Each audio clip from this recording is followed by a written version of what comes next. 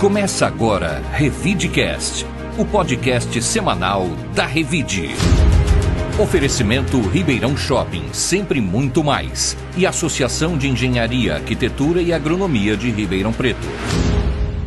Olá, eu sou a Bel de Farias. E eu sou o Murilo Pinheiro. Vamos às principais notícias da semana na nossa cidade e região. É o Revidecast, o podcast da Revide.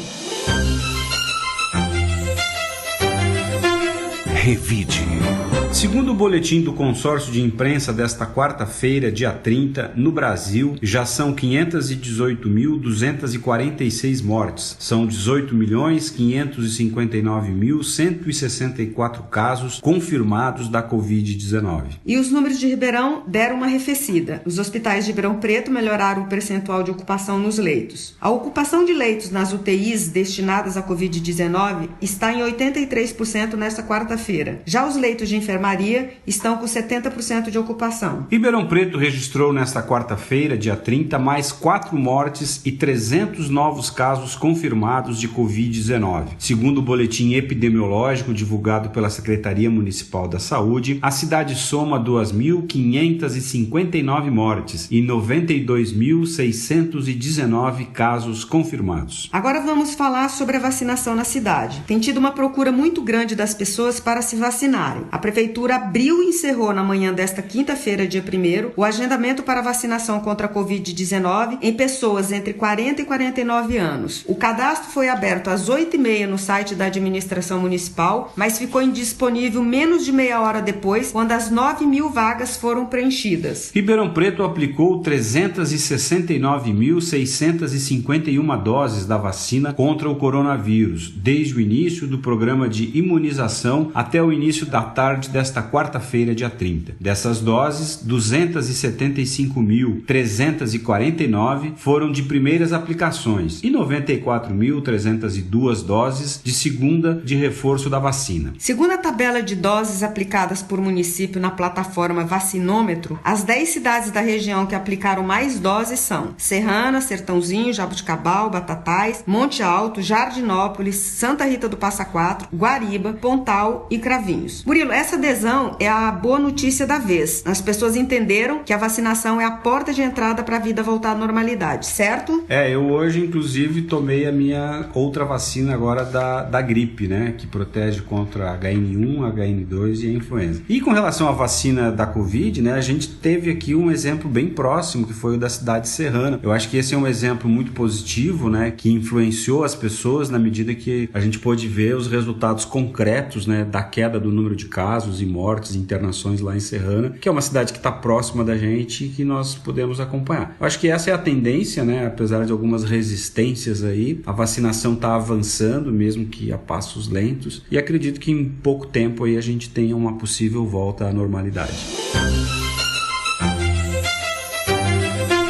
Revide. Uma outra boa notícia foi o anúncio feito pelo governo do estado de São Paulo do programa São Paulo Acolhe. O governador João Dória anunciou o programa que vai oferecer um auxílio mensal de R$300 para famílias em situação de vulnerabilidade e que perderam menos um integrante para a Covid-19 desde o início da pandemia no Brasil. A iniciativa vai beneficiar famílias inscritas no Cadastro Único para Programas Sociais, CadÚnico, com renda mensal de até 3 salários mínimos, que tenham perdido ao menos um familiar. Pai, mãe, avô, avó, filho, filha ou outro parente, vítima do coronavírus. O programa considera todas as estruturas familiares, exceto a unifamiliar, uma única pessoa, com filho de todas as idades. Segundo o governo, o programa deve beneficiar 11.026 famílias em todo o estado, totalizando um investimento de R$20 milhões. O benefício de R$1.800 será pago em 6 parcelas mensais de R$300 entre os meses de julho e dezembro deste ano. No dia 17 de junho, também foi lançado o programa Vale Gás, que vai pagar 3 parcelas de R$100 entre os meses de julho e dezembro para famílias em situação de vulnerabilidade social do estado de São Paulo para a compra do botijão de gás de cozinha, também incorporado ao Bolsa do Povo. Revide. Outro assunto que foi recorrente nessa semana foi o frio recorde. Ribeirão registrou a temperatura mais baixa da década em uma semana com alerta de frio intenso. A cidade registrou 3 graus centígrados por volta das 6 horas da manhã da quarta-feira, dia 30 de junho, segundo a SOMAR Meteorologia. É a temperatura mais baixa dos últimos 10 anos na cidade. As menores temperaturas da última década haviam sido registradas em 2019 e em 2016, quando os termômetros marcaram 3,9 e 3,2 respectivamente. Nesta semana, o IMET divulgou um alerta de frio intenso em razão das baixas temperaturas na região. Segundo a Defesa Civil, desde quinta-feira, 1º de julho, as temperaturas começaram a subir por conta do afastamento da massa de ar polar da região. Contudo, até a próxima semana, as mínimas devem ficar na casa dos 12 graus e as máximas 30. Um bom momento para as pessoas serem solidárias, porque neste momento as pessoas que vivem nas ruas correm muito risco. A prefeitura já se organizou e os movimentos sociais também já se organizam para distribuir cobertores e agasalhos para os moradores de ruas e também para as pessoas que vivem em condições precárias. E para quem se interessa pela questão da saúde mental, a Faculdade de Filosofia, Ciências e Letras da USP de Ribeirão promove no dia 14 de julho um evento virtual e gratuito, Covid-19 e a saúde mental na América do Sul, um continente pandêmico. O evento acontece das 9 às 19, com palestras internacionais e emissão de certificados a partir de 75% de presença. Os interessados podem realizar gratuitamente a inscrição por meio de um formulário online e consultar a programação completa do evento no site da Faculdade de Filosofia, Ciências e Letras de Ribeirão Preto. Na quarta-feira, dia 14 de julho, o professor titular sênior da USP, colunista de Psicologia e Comportamento do portal Revide, José Aparecido da Silva, fará a abertura do evento às 8h30 com o tema A Catástrofe da Covid-19 na América Latina. E agora, o engenheiro agrônomo Bruno Prota vai falar para a gente sobre o novo episódio do Painelcast, o podcast da Associação de Engenharia, Arquitetura e Agronomia de Ribeirão Preto. Oi, Bel e Murilo! O novo episódio do Painelcast, o podcast da IARP, está no ar e é muito especial. Nós conversamos com o Carlos Palladini, arquiteto de Ribeirão Preto, sobre um amigo dele, o Paulo Mendes da Rocha, arquiteto do mundo. A gente aprendeu muito nessa conversa, sobre arquitetura, sobre como pensar nas ocupações dos espaços e sobre urbanidades. Ele dizia assim, as pessoas não moram no projeto, moram no endereço. Você não mora no projeto do Paulo Mendes, você mora em Ipanema. E ele tem razão nessas questões, né? E aí a questão da urbanidade, da convivência, do olhar pela cidade, dessa qualidade de relacionamento, de respeito às pessoas, ele passava o tempo todo. Até eu, que sou engenheiro agrônomo, aprendi muito nessa conversa. Depois do Revidcast, dê uma olhada no Painelcast. Estamos no Spotify, no Deezer, no Google Podcasts e na galeria de vídeos do site www.iarp.org.br e compartilhe com os amigos. Aproveita para seguir a gente nas redes sociais, no @Painelcast e no @AEARP. Valeu, Revidcast. Até a próxima. Revide.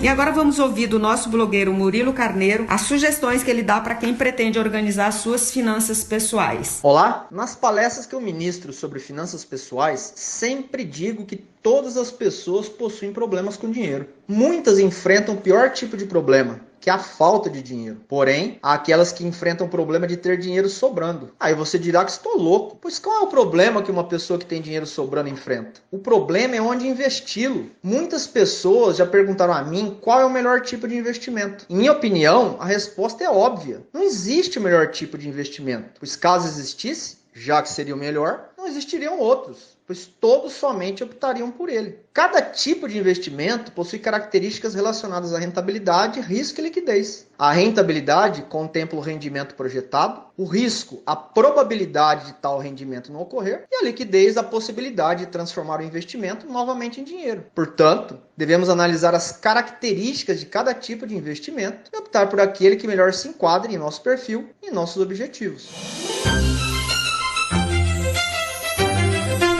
Revide.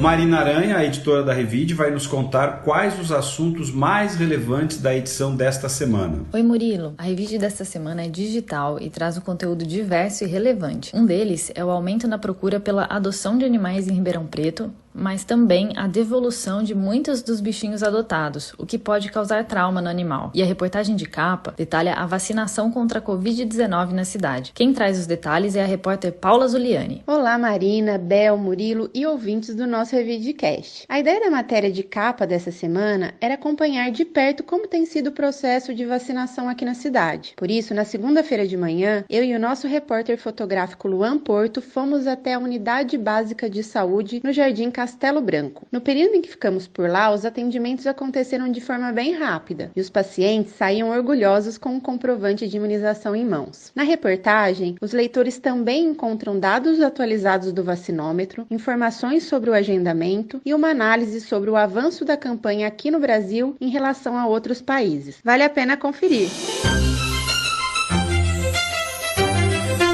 Revide.